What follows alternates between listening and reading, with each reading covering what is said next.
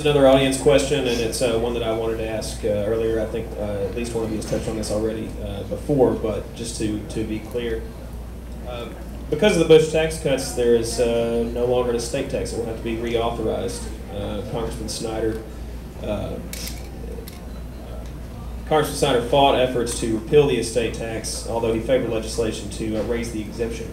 Would you work to reauthorize the estate tax? Yes, definitely.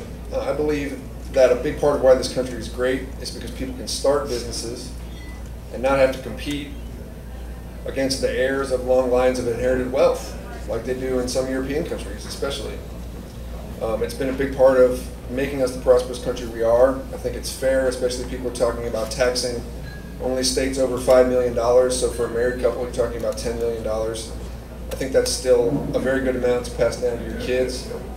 And I don't see all the arguments, I just don't see the evidence. There's a lot of talk even from people in our own party about family farms and small businesses that are lost to the estate tax, but they have trouble ever producing any examples because we suspect there aren't any.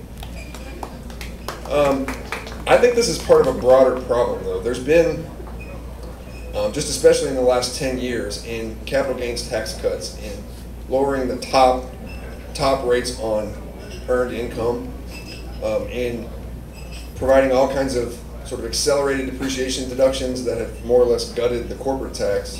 There's been a general shift in this country towards taxing work instead of taxing the returns to investment. I think that just reveals a different philosophy about where our values are. I think a big part of why I am a Democrat is because I believe in the dignity of work and the value of work and how it makes us a better country. So I want to go to Washington.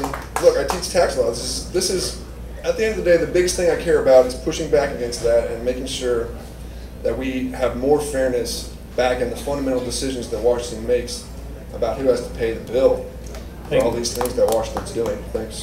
Thank you.